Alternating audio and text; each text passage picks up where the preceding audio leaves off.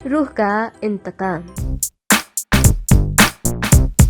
ये 1904 का जिक्र है। एक साहब ने मुझसे कहा कि दरगाह हजरत ख्वाजा निजामुद्दीन औलिया रहमतुल्लाह अलैह के करीब कोई कुआं नहीं, जबकि बावली का पानी भी खारा है। अगर आप कहें तो दरगाह के मशरकी दरवाजे पर कुआं बनवा दूं। मैंने जवाब दिया, हाँ साहब, यहाँ मीठा पानी मिलना भी मुश्किल है, शायद कुएं का पानी मीठा निकल आए। इन साहब ने कहा, मगर यहाँ कब्रें बहुत ज्यादा हैं, कुआं खुदवा दिया गया तो कब्रों को तोड़ना पड़ेगा और उनकी बेहुरमती होगी। मैंने कहा, कब्रों की हड्डियां दूसरी जगह एहतियात से दफन कर देते हैं क्योंकि पानी की जरूरत बहुत ज्यादा है। ये कहकर मैं तो अलाहाबाद चला गया और इन साहब ने कुआं खुदवाना शुरू कर दिया। कब्रों से जो हड्डियां निकलती थी दूसरी जगह अदबो एहतराम से दफन कर दिया जाता था। यहाँ तक कि जब पानी के करीब पहुँचे तो वहाँ किसी आदमी का पूरा ढांचा नजर आ गया। सबको हैरत हुई कि भलाई कब्रों की हड्डियां टूटी हुई थी, मगर इतनी गहरी जगह में ये पूरे आदमी का ढांचा क्यों के बाकी रह गया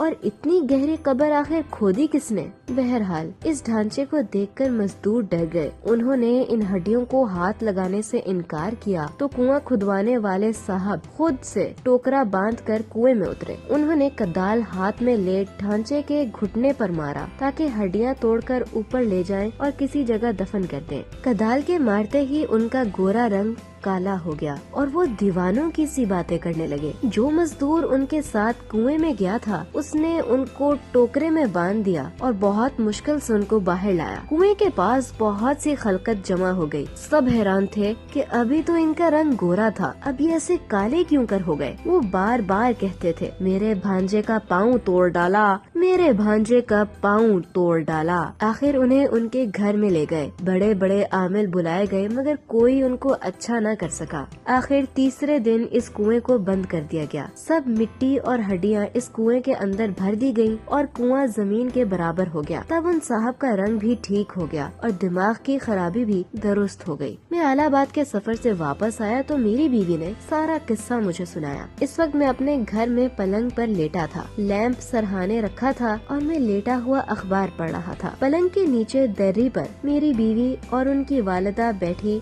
छालियाँ कुतर रही थी और मुझे किस्सा सुना रही थी। मैं पलंग पर उठकर बैठ गया और मैंने अपनी बीवी से पूछा, तुम समझी हो कि वो काले क्यों हुए और दीवानों कैसी बातें क्यों करने लगे। बीवी ने कहा, किसी बुजुर्ग का मजार था, उन्होंने बेअदबी की, मजार वालों की रूह ने उनको कब्र तोड़ने की सजा और वो काले और दीवाने हो गए। मगर जब उनके वारिसों ने कब्र बंद करा दी और कुआं भी बंद करा दिया गया तो रूह ने 3 दिन बाद उनकी खता मुआफ कर दी और वो अच्छे हो गए। मैंने बीवी से कहा, नहीं, ये बात नहीं, बल्कि बात ये है कि मुर्दे की हड्डियां सदियों से मिट्टी के अंदर दबी हुई थी और हड्डियों के अंदर फास्फोरस होता है। फास्फोरस जहरीला हो गया था। जब उन्होंने ढांचे पर कदाल मारी तो हड्डी टूट गई और उसमें से फास्फोरस उड़ा जो उनकी नाक में सांस के साथ घुस गया और बदन के खून में जज्ब हो गया। फास्फोरस ने अपने जहर से खून को काला कर दिया। खून का काला हो तो चेहरा भी काला हो गया और वो दीवाने भी इसी वजह से हुए कि उनके दिमाग पर जहरीले फास्फोरस ने बुरा असर किया। अगर रूह कुछ कर सकती है तो मुझे सजा देती, क्योंकि मैंने उनको कुआं खुदवाने और कब्र तोड़ने का हुक्म दिया था। अगर रूह में कुछ ताकत है तो आए, मुझे अपनी ताकत दिखाए और मुझे सजा दे। तुम औरतें कमजोर अकीदे की होती हो, मैं रूहों के ऐसे असर को नहीं मानता। बीवी ने जवाब दिया, तौबा करो, कैसी बातें करते हो।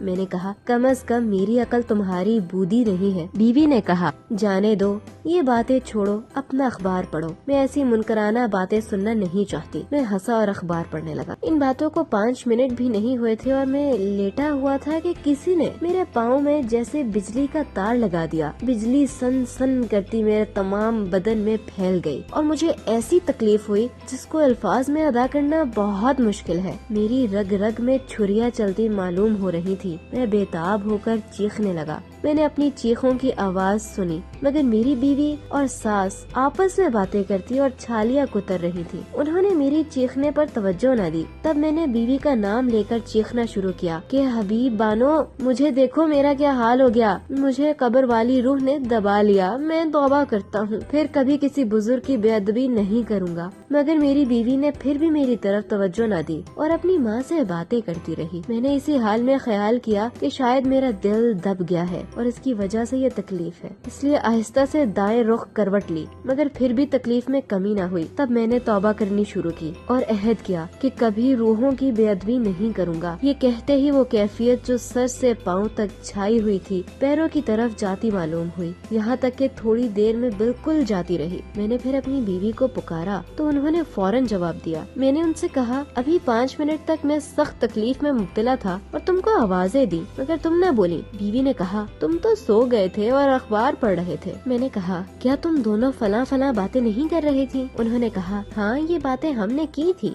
मैंने कहा, अगर मैं सो गया था तो मैंने तुम्हारी ये बातें क्यों कर सुनी? अब इस सवाल का जवाब मेरी बीवी न दे सकी। शायद साइंसदान इस पर कुछ रोशनी डाल सके।